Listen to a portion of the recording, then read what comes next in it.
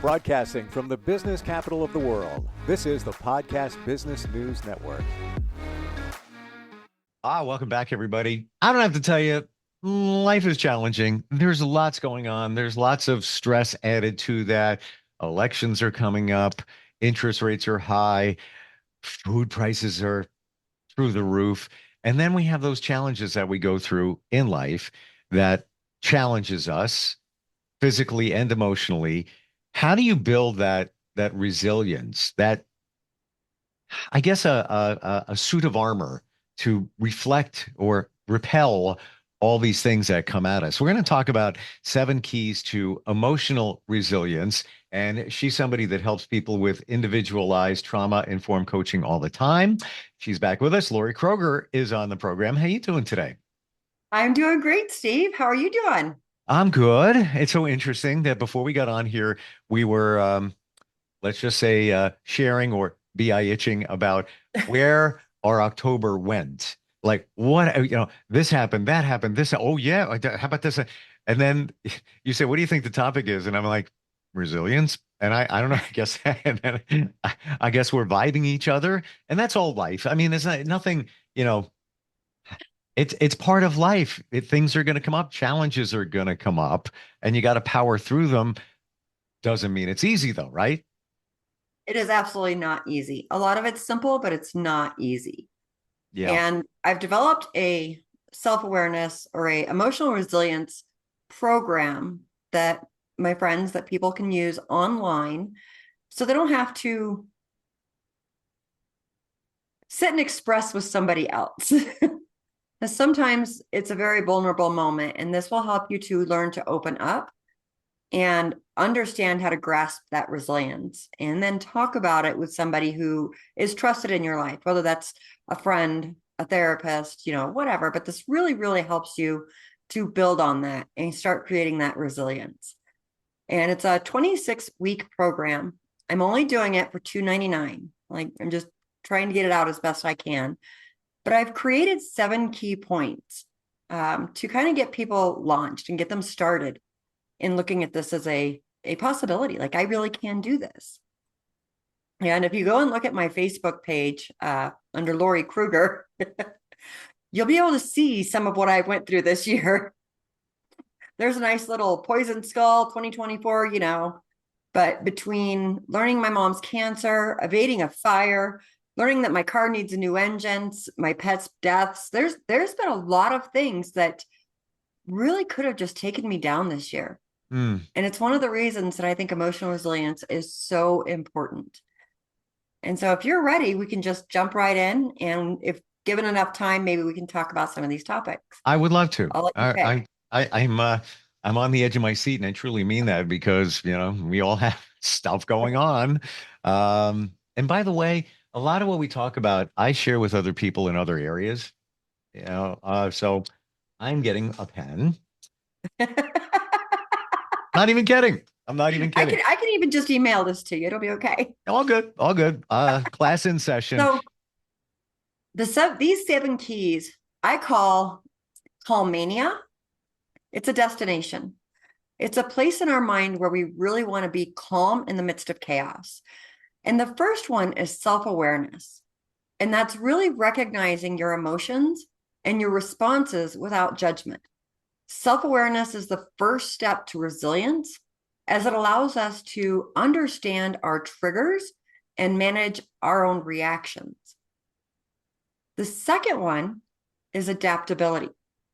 Adaptability is that ability to be open to change and flexible when we're facing those challenges. Adaptability brings us closer to calmania, and it helps us to adjust our mindset when life takes those unexpected turns. The third one is optimism. And that really is the ability to create a positive outlook. Optimism strengthens our resilience by helping us see the potential in the challenges and the growth in adversity. And then we have emotional regulation. And in the videos, I teach techniques on how to manage emotions effectively, such as mindfulness, cognitive reframing. Emotional regulation brings us to calmania where we can respond instead of react. And some of these little tips include things like if you're trying to prevent an emotional outburst, something super sour or something like red hots that brings you back to the present. It's amazing how just a simple flavor can bring you back. So let's And dig in a little bit more to that because I feel, and that was a game changer for me years ago, is living in the moment and coming back to center because it's so easy to think about the past. Not that you're gonna forget about it because we can learn from the past, but if you marinate in the past, that brings on depression potentially, and then you have the future. If you're always worried what's going to happen, been there, done that.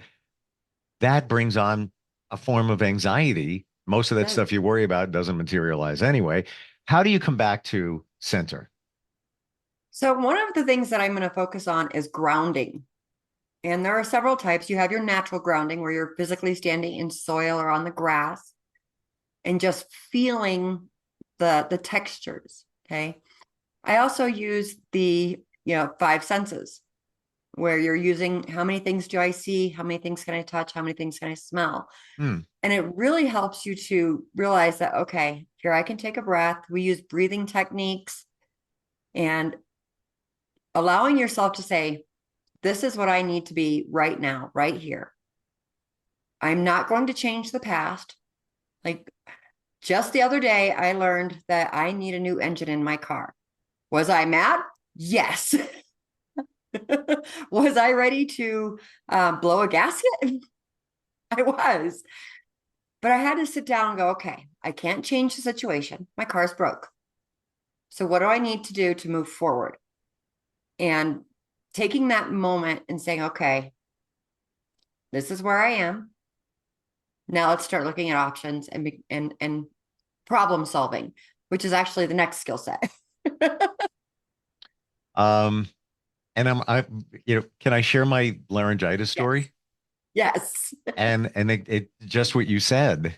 Um, Came down with a virus a couple of weeks ago, 10 days ago, after having acute laryngitis. That's what I was told I had. Never had that issue. I've been doing this since I was 17. Never had an issue. Yeah, a little cold here and there, whatever. And the ENT told me 10 days ago that I might need therapy to learn how to talk again. He said, I'm at a 6 on a 10 scale. He said, if you continue pushing your voice, you'll hemorrhage. I'm like, I'm looking at him like, obviously I couldn't talk, but I really couldn't talk at that point. Like, this is my livelihood. This is what I do. And I actually went home and sat down and just felt for the moment lost at like, really? Like, and then, things were going on in my head and I brought myself back to center and I'm like, you know what? Just ride this out, see how it goes. Can't work. So I took the time to ground. That's what I Mhm. did. Seriously. I've been wanting to kayak all summer long. Never really had the time once or twice or whatever. I went 3 times in a week. Obviously solo because I can't talk to anybody, which was fine. And the weather was wonderful. And I almost feel like it was the universe's way of saying to me, you need to take a break. You need just time. And now I'm going to force you to do it because now you can't work. And here I am 10 days later after that diagnosis, and I'm fine. No issues. Voice, I'd say like 95%, 90%. Um, I guess I had faith. And I said, I'm not going to worry about it because it's not going to help me. And I just kind of just went along and it started getting better and better. And that was it. Um, but I will say, if this was 5 years ago, I would have been at DEFCON 4 freaking out. Like, and that probably would have delayed the healing process anyway. Um, and that brings me to a question before we continue.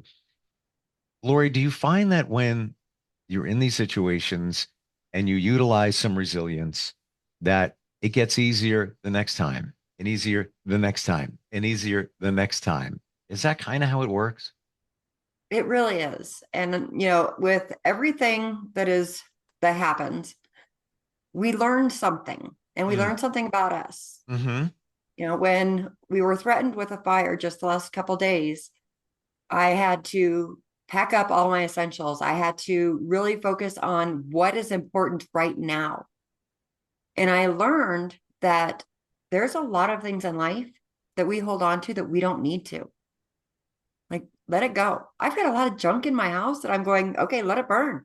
I don't need it. Mm, And then, it does. Each piece gets a little bit easier and it takes you less time to get grounded. yes, You learn to 100%. ground more quickly.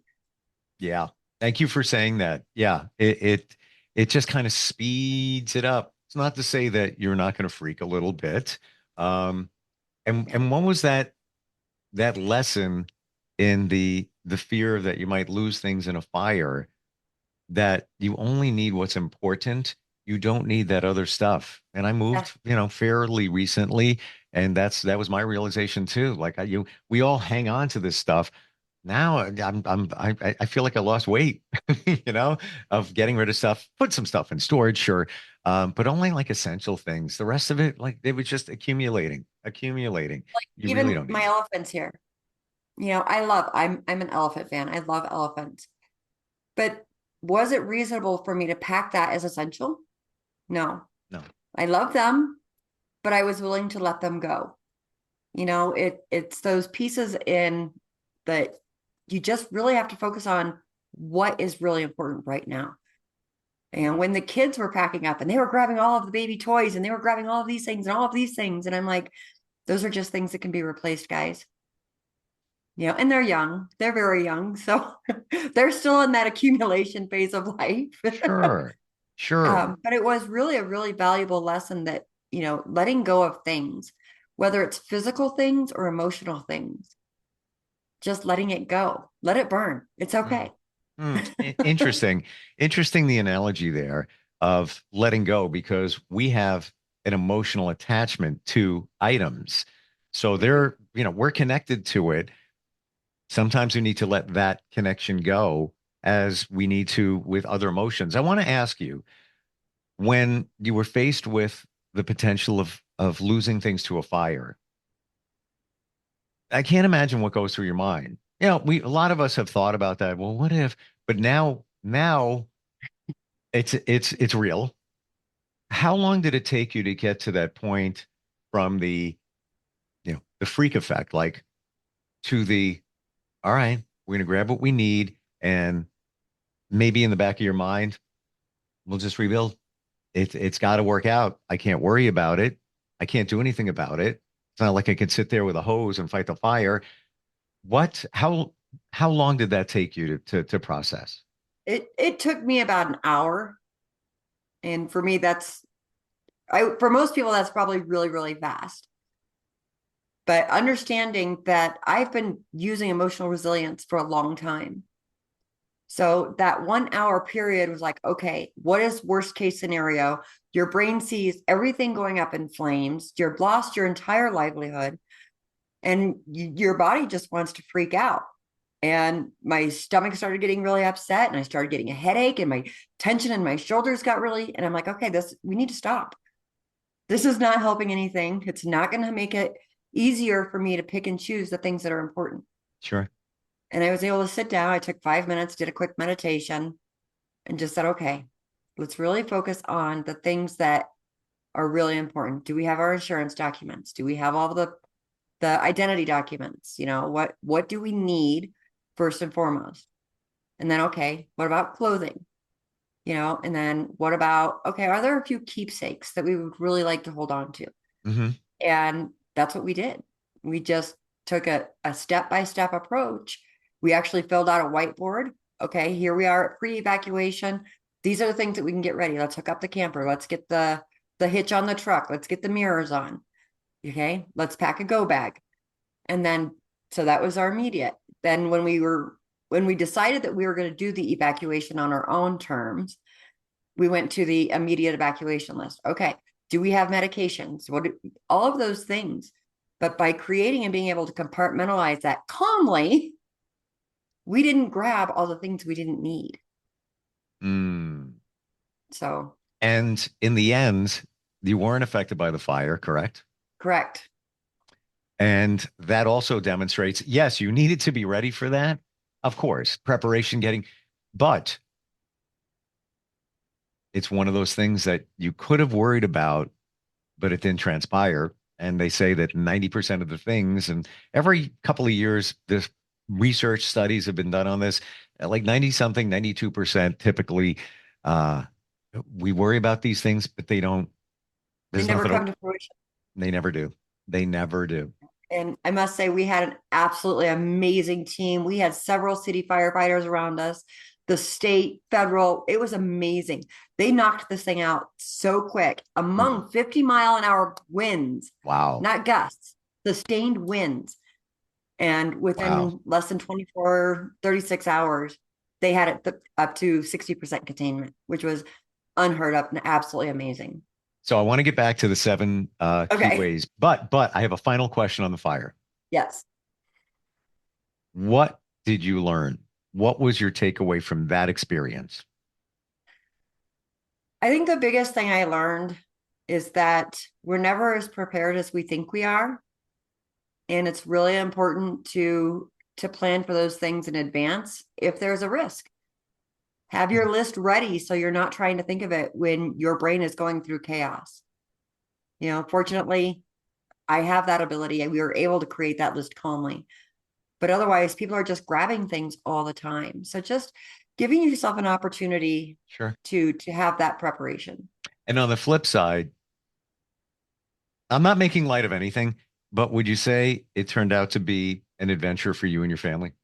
It did. Yeah. Okay. All It right. did. And it really gave us an opportunity to, my husband and I actually discovered that we work really, really well together under pressure. Cool. You learned And something the else. communication that the two of us have worked on together made a difference. Nice. Wow. So Okay. All right. communication is critically important when you're going through chaos. Back to the seven. Back to the seven. All right. So number 5 is problem solving skills. With emotional resilience, you view challenges as opportunities for growth. That's when we can approach problems with a solutions mindset. We build resilience and become better equipped to maintain that calm when we're facing those problems. Problems then become projects. It's easier to find a solution. Number 6 is support systems. Building strong, supportive relationships is, in our journey to Calmania, it's supported by the people that we trust, who remind us that we are not alone. And when you have that emotional resilience, you're not taking things personally all the time. You realize it's not about you. And that's really, really important. And then number 7 is purpose and vision. With emotional resilience, we keep a sense of purpose at the forefront, and that purpose gives us direction. It helps to guide us to Calmania with clarity and more meaning. Now, when you say purpose, do you mean purpose at the moment where you have to exercise emotional resilience, or are we talking about your purpose in life? A little bit of both. Okay. So when you really think about, when you're thinking about emotional resilience and our purpose in life, sometimes we get disappointed and we think we're headed in the right path, but we're not. A lot of people would crumble and be, oh my God, I'm so dumb. I'm so stupid. I'm so, why did I waste so much time on all of this other things? And realizing that sometimes our paths are changed based on some of the decisions that we've made. So I wanted to become an accountant. Most of my life, when I was little, I was pretty sure I was going to become an accountant. It was a thing. Wow. And I started God going to bless school you. for it. I know, right? I hate numbers now. I hate them with passion. Same here. It's like whenever I have to do anything number related, it's like, and I got much respect for anybody that does that. I really do. I know. But I realized that even after spending time going to college for this, that's not really where I wanted to be. Staring at a computer, looking at numbers. I like people. I wanted to do something with people. Did I end up in the financial industry? Yes. But I was solving problems. I was working with the advisors. I was working with people. And so sometimes we set a path and we're following a map. And when you're following a map, you're following roads that have already been created. But when you decide to navigate and you set your compass in a direction, you're able to shift. You can create your own path and do your own thing. And that's where that purpose comes in, understanding that in this moment, what is my purpose? And that's where emotional resilience helps to strengthen that purpose. You can look at it calmly. You can look at it with grace and without judging yourself. And it makes a difference. I have to believe that the purpose is something that also gives you direction. Mm-hmm. You know? Absolutely. And it gives us that opportunity to create the vision that we want. Wow.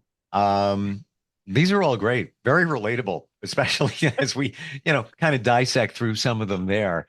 Not to say again that it's easy, but as we can speak from experience, when you're challenged, when you're, in the thick of it, the more you do it, the more you actually look at yourself and say, man, how'd you pull that one off? How'd you pull that one off? Hey, and I've even had people say to me, even in recent years, I don't know how you're getting through that. How you doing that? I'm like, I don't know. I'm just doing it. Like Dory says, keep swimming, just keep swimming. Just keep swimming, just keep swimming. It sounds so cheesy, but I really believe it's true. It And, is. if we all want to sometimes swim in another direction. But there's a reason that, and I try to stay away from cliches, but there's a cliche that says, go with the flow. There's a reason that the flow is taking you in this direction. And when you try to fight the current, you go back this way, but somehow, eventually you're going this way. So Well, you now can, there are times, Steve, that, look at the salmons. Salmons will run upstream because they have a purpose. And there are occasions where you may have to go against that flow. And that's where your emotional resilience really comes in, because knowing that the rest of the world or society says you need to be doing this, when you need to create your own path and go against the grain, remember that it can be done. I completely agree with you. And I'm going to abridge what I said. When I talk about going with the flow, that's what the universe has for you. Yes. That's what I meant, right? I Got totally it. agree with you. Sometimes, you don't need to conform to what, society, other people, or whatever. You got to do what you feel is right. But, ultimately, it's my opinion that there's, the universe has, some kind of a plan going on there. Yes. And if you fight it, eventually you're going that way anyway. Yeah, whether But you like it or not. whether you like it or not, it's going to make you, Believe me, I have fought and fought and fought trying to go another direction because, you have to be a professional. You need to have this type of career. Getting into coaching wasn't easy at all. well, It was especially probably one going of the from most challenging things I have ever done. bookkeeping of initially to this. Um, in a way, there is a correlation in maybe problem solving challenges in that regard. Just take the numbers out of the equation, no pun intended. Um, but yeah, but I bet your gut said, this is what I should be. This is my purpose. It is. Mm, And yeah. I absolutely love what I do. I love my clients. It's a great time. You're so genuine and so clear. A lot of this can be get, a little woo-woo sometimes to understand it and then apply it to your life. But you make it clear and you also make it fun. It fun in a positive way. Like there's good stuff over here. Just keep swimming, I guess. Yes. Um, You know, how does somebody connect with you, Laurie, if they're, having some challenges, want to, get a thicker skin, if you will, with that resilience? What's the best way? www.visiblepotential.com. Right there, you can send me your information, your request contact. My phone number's on there. You can send me an email or you can click the link to join the program.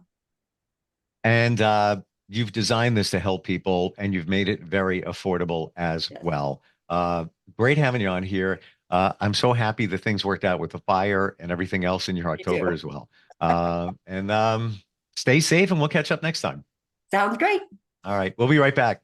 Are you looking for even more of the podcasts and hosts that you love? The Podcast Business News Network is proud to announce that you now have even more ways to listen live. Check out the MyTuner Radio, online radio box, and Simple Radio apps on iOS and Android, or find us online. Search for Business News Network on mytuner-radio.com, or search Podcast Business News Network on streama.com and onlineradiobox.com/US. Take your podcast on the go and don't miss a minute of the action.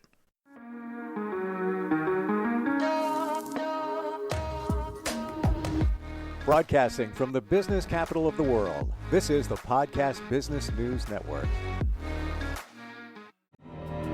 For nearly 2,000 severely injured veterans, everyday life has become filled with barriers. Day-to-day simple tasks can become pretty daunting. I have to carry my chair up 2 flights of steps or have somebody do it for me. What scares me the most is just the falling. When I'm struggling with my house, I think, to have that one great barrier just knocked down, it's crucial. Home for Our Troops is a wonderful nonprofit that builds a Mortgage-free, fully adaptive, handicap-accessible house. And there's no catch. It'll be our very first home that we've ever owned. This is a game changer. This is where your life begins again. We need you to join us in completing this important mission. Please visit hfotusa.org and help build homes and rebuild lives. Because of you, everything's going to be okay.